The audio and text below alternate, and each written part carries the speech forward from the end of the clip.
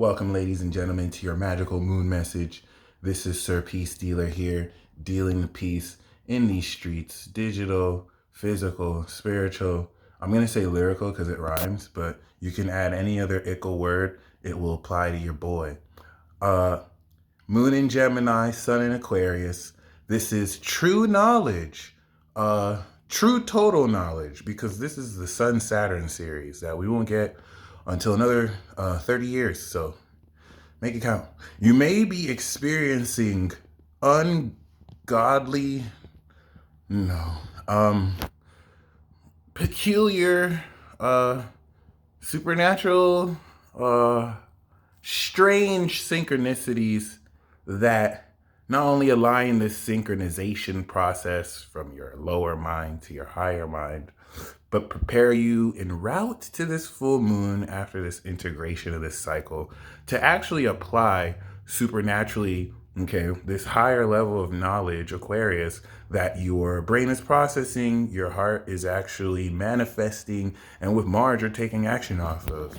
This is a very amazing way to say that you're not really experiencing these magical experiences. Thank you, Lunar Gemini, for no reason, as much as it is literally preparing your mind, heart, body, and soul to legitimately apply this in warfare, because moon opposite Saturn is like a boss battle.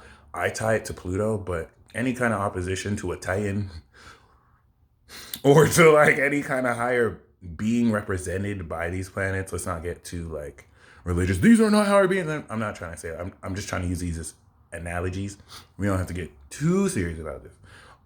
But yeah, you're going to overcome these challenges after the full moon, coming back to the gauntlet, with everything you're integrating now. What is it you're integrating? The highest, not high levels, the highest level of knowledge as it pertains to you, as it pertains to your collective, as it pertains to your connection to the collective, expressed in these social interactions that, of course, manifest your individuality. I really literally have to say all these words. I'm so sorry. This is my Taurus. I have to like break it down in a way that allows you to express yourself truly, okay, Moon and Gemini, to other people, okay? The moon is fifth house to the sun in Aquarius. So, fifth house, ninth house axis is fun because the ninth house is comedy. And so you're kind of coming into a collective trolling if you kind of see through the inner workings of how people communicate, what they're saying, and in what tone. You're actually going to find out that the universe is trolling you through other people. And if you don't feel into the nuance of how people are saying what they're saying, you might take too seriously certain things that kind of shake you up. If you realize you're being trolled, you'll just laugh at it. Even if it's not funny to you, you'll just kind of understand. And don't take my word for it. Like Aquarius is the trickster. Think of like a cosmic celestial who, doesn't necessarily respect cultures and customs of like mortals or humans. And, they kind of play trickster to teach us that maybe we take certain things too seriously and maybe certain things not serious enough, like this present moment. But other than that, yes, you are understanding magically, because mutable signs are magic, the truth, Gemini, of the total knowledge that you're aware of. And the incredible power that you are awakening and processing with Mercury going direct, okay? Venus and Mars going direct, trining Uranus, which is literally putting you into incredible actions that manifest unconventional value and success. This collective individuality is sponsored by the end of the fucking world, ladies and gentlemen. Did you remember we're in the apocalypse and everything you're going through is not so that you can focus on what's happening now, so that you can prepare to be the revolution, because it's a revolution of the individual. That's why you're understanding the truth of you individually as it pertains to an Aquarius, to the collective, totally, with Saturn. Some people see it as Satan. Other people see it as L. Other people see it as literally just the planet. I call it Mr. Six Rings. Other than that, this shit's about to get super paranormal before we get into Pisces. So you need a knowledgeable framework with the way you process. In these experiences that align you more to the truth of you, you can accept it. I know for a lot of you, it's really hard to accept. But we're just barely beginning a new cycle.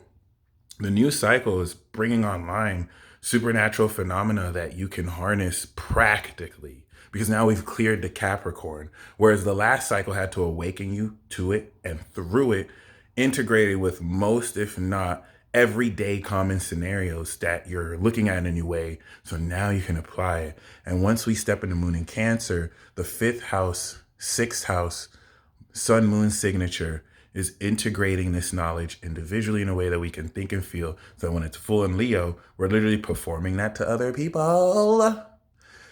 And then we're transforming. And then we go into Pisces, where nothing will literally ever be the same. And then you'll actually experience with the end of that sign what it really means to be in the apocalypse. It's a lot. It's a lot.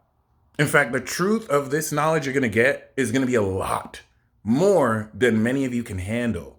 And so this is why, instead of just getting stressed with all this Saturnian knowledge that is going to feel like a burden to many of you, and if you want to know where it's a burden, where's Aquarius in your chart? Because that'll literally let you know if you need to book a reading with me. Holler! I have to bring this quirkiness because the moon and the sun are in air signs. But yes, shout out to you, Gemini, the originators. Yeah.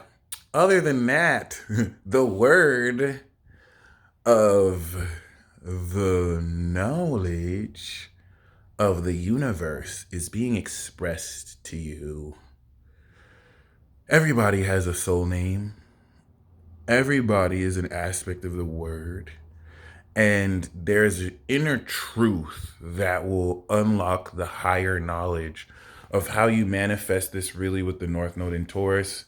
This South Node is unlocking the secret wisdom in order for you to utter this truth. So if you haven't received this word, which you have because you've seen many synchronicities by the time you're watching this, you're going to complete this as the moon finishes in Gemini and then act on it, feel it in Cancer, and then perform it in Leo. There's nothing normal about this. So some of you need to stop like tripping out. Like you're being hard on yourself because you're not understanding it in the old ways of mind. The reason why you're not understanding it is because you're applying old world logic to an essence that is mirroring you, which is beyond really this material realm. So like you're trying to think in the limited ways you were taught to think when you already know how to see it, because it's the facet of yourself you're probably suppressing, applying that old world logic to yourself to like make yourself think you're crazy, not necessarily accept the magnanimity of what you're experiencing because you don't understand how it all plays out.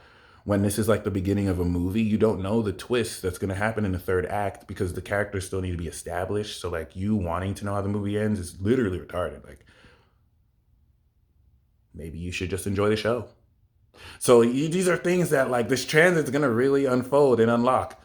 The North Node is in Taurus proper. And so we're manifesting a soul understanding of what destiny you're manifesting. I was going to say manifestating, and don't ever let me say that.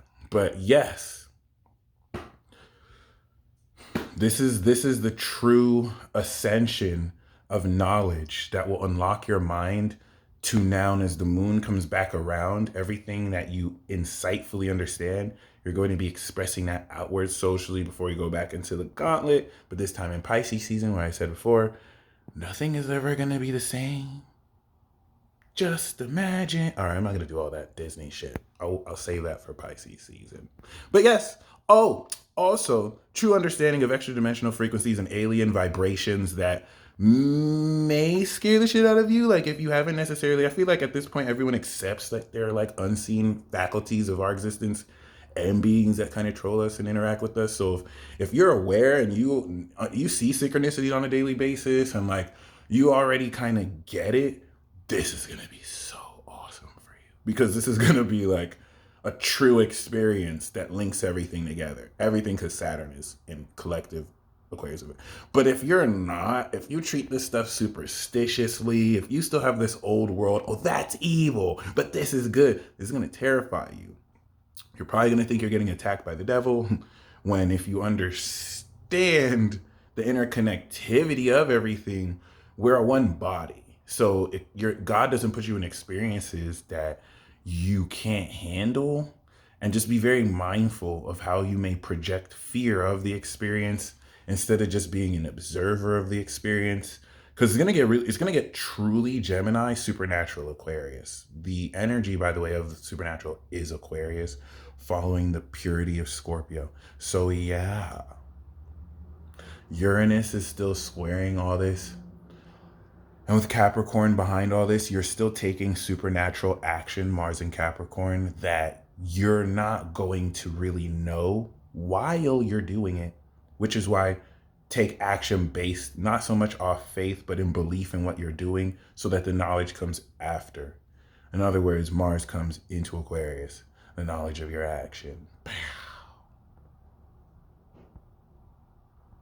No, this transit is going to be kind of insane because you're going to be forced to accept, once again, the knowledge of higher advanced quantum concepts. See, Saturn, Aquarius is macro.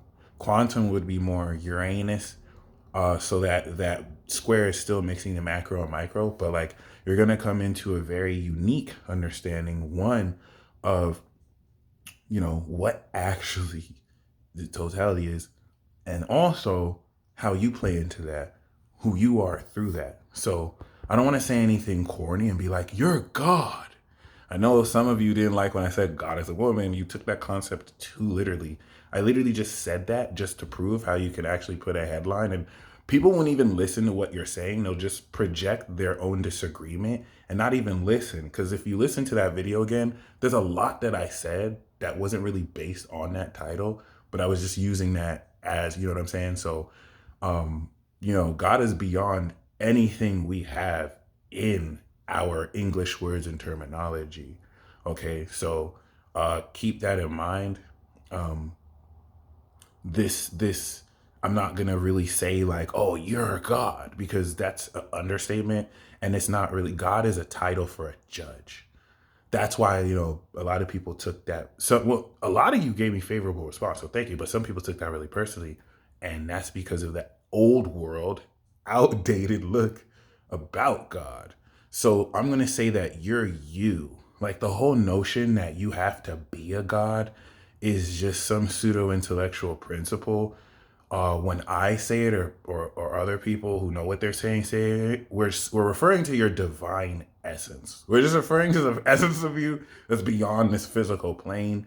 You want, like, the transit like this is gonna have you drop this like obsession with trying to be something bigger than yourself. You came here to be mortal. You know what I'm saying? Like, the best thing that you are is you have a human form. You're a spirit, but you have a human form. You don't have a human spirit. You have a human body.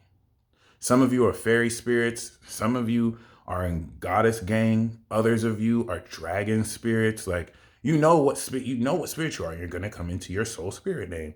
But the thing here is, you came here to be you. Think of checks and balances. Like, everyone wants to be the president, but like the president and the government serves you. You know what I mean? So like, just remember that you're coming into the uniqueness of you. And whether that's as God or not, you came here to be you.